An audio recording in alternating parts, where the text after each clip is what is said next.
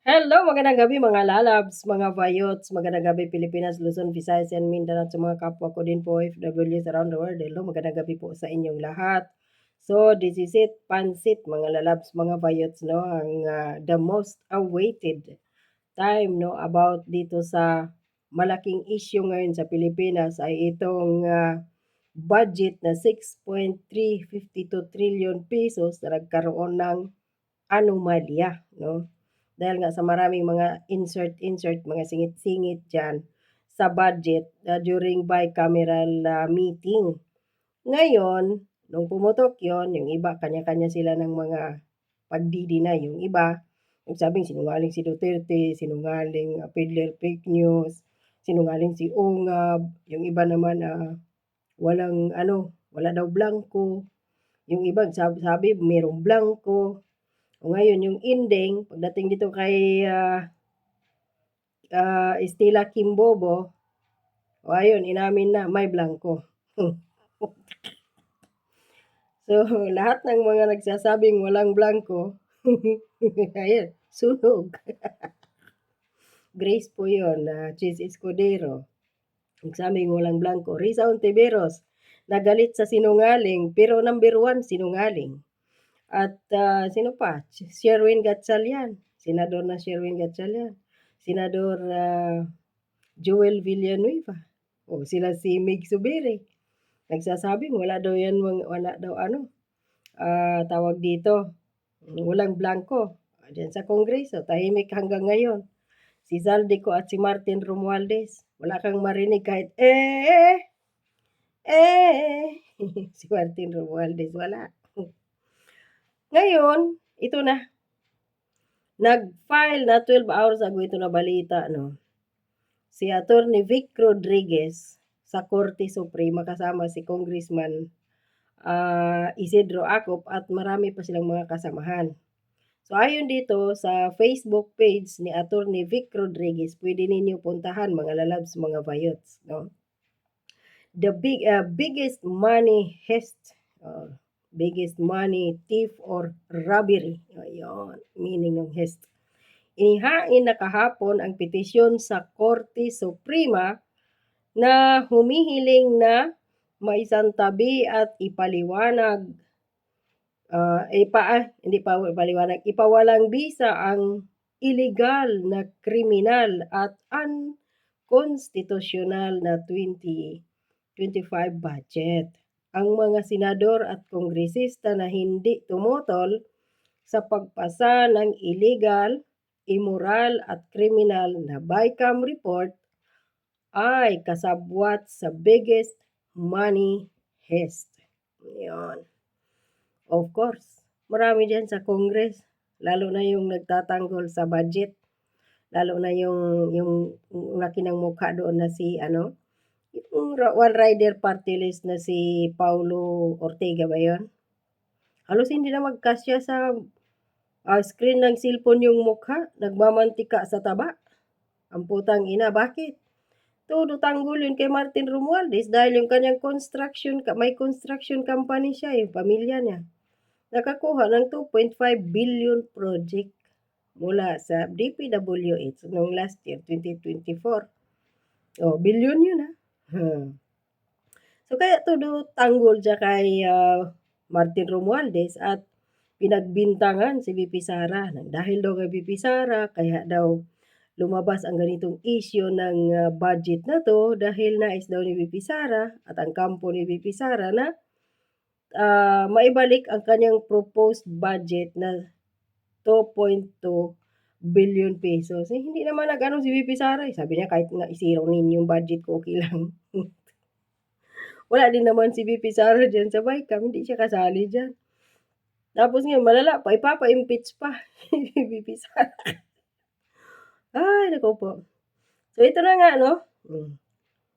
Masdan at malaya ninyong suriin ang mga larawan kung saan makikita ang napakaraming blanko na nagkakahalaga ng daang bilyong piso. Ayun.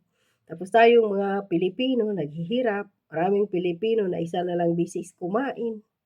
Tapos, yun, maraming walang trabaho.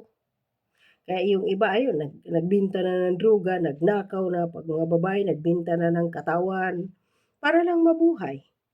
O kagaya sa amin mga OFW, kahit saan sa mundo na OFW, billions of pesos, kamakailan lang yun, last week lang, 3.2 billion US dollars ang naipasok ng mga OFWs around the world sa gobyerno ng Pilipinas within 6 months lang.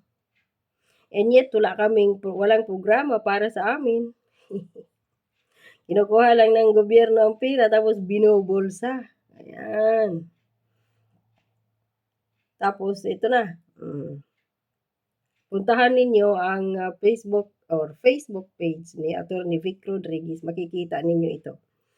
Bilyong piso rin ba ang halaga kung bakit nagtraidor ang mga mambabatas sa ating mga Pilipino at lahat ay naging bulag at pipi?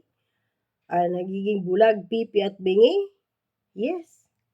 Kagaya ng isiniwalat ni Ping Lacson doon sa kanyang interview. Ang sabi ni Ping Lacson, si Grace po pumayag na i-approve ang budget sa Senado kahit si Risa Hontiveros at si Coco Pimentel III ay hindi pumirma or hindi nakapirma. Bakit? According to Ping Lacson, nang dahil sa pinangakuan ni Martin Romualdez, si Grace po at sino ba ito? Yung Senate President, si Chis Escudero ng 5 billion bigay daw sa Senado para doon sa kanilang ayuda. Siguro din, tinanggap din yun. Okay din yung kay Chis Escudero dahil maluho ang kanyang asawa. Kahit pa sabihin mong mayaman ang pamilya ni Hart, pero kung tag 11 million, 14 million, 15 million ba naman yung isang bag?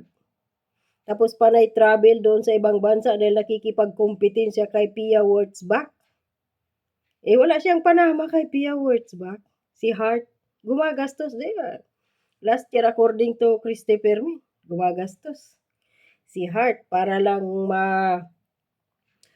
makilala or mapansin ng mga Vogue magazine at kung ano-ano pa sa France. Kailangan ni Chis Escudero ng malaking halaga para sa luho ng kanyang asawa. Kaya siguro pumayag na aprubahan ito kahit kulang-kulang ang pirma ng mga senador na nakasali sa BICAM. Yun. Dahil yung asawa niyang si Hart, nakikipagkompetensya kay Pia Wurtzbach nga, ulitin ko, Pia Wurtzbach is Pia Wurtzbach at siya ay Miss Universe. Hindi ganyan si Hart, wala siyang corona kahit magbigti pa siya doon sa Eiffel Tower. Hindi niya malalamangan si Pia Wurtzbach, gagastos lang siya ng mga mamahaling kung ano-anong abubot sa katawan. Hindi niya mapantayan si Pia. So ngayon, sino itong mga nakapirma dito na nag-file ng complaint sa Korte Suprema? So ayon dito, nga siya maliwanag kasi kaya hindi nyo makita. Si Victor D. Rodriguez, Isidro T. Ongab, Rogelio E. Mendoza, Benito O. Ching Jr., Redimberto R. Villanueva, Rosiler S. De La Peña, Santos V. Catubay, and Dominic M. Solis. Sana, yung iba dyan, gaya ni, sino ba? Congressman Marcolita ba siguro? Or Attorney Sal Panelo, Attorney Mark Tolentino, sino ba yun? Si Attorney Libayan, at marami pang mga abogado, kahit si Toto Kausing. Sana, dahil kahit anti-Duterte, ayaw ni Toto Kausing sa mga Duterte. Pero this time, sangayon siya na hindi nagsisinungaling si Digong. Sana pati din siya sasali dito kasi para to sa lahat. Hindi lang naman to para sa Duterte. Para ito sa taong bayan dahil tax natin, lahat ng mga Pilipino ang nakasalalay dito. Sana madagdagan pa ang magreklamo sa Korte Suprema na susunod sa kanila Attorney Vic at Congressman Ongab at sa kanilang mga kasamahan pa. So ito na yun. doon sa mga tanso at sa mga tawag dito, yung mga pink CPP, o ano nga yun, sabi ninyo, dalahin sa korte. Sino po yung nagsabing isa? Yung congresswoman na yung asawa niya may kasong nanggahasa ng ewan ko kung sino yung tinago niya si Luistro. O dalhin na lang daw sa korte. O ito na. Dinala na sa korte. Just wait and see kung ano ang mangyayari dito. So basta yun na. Nag-complain na sila si Attorney Vic at si Congressman Ongab sa korte patungkol dito sa 2025 6.352 trillion na budget na nais kurakoten ng Team RAM, Romualdez, Aranita, Marcos sa pakikipagsabwatan kay Chis Escudero, Grace Po, Saldico at the rest ng mga pumirma doon sa bicameral na mga senador at kongresista.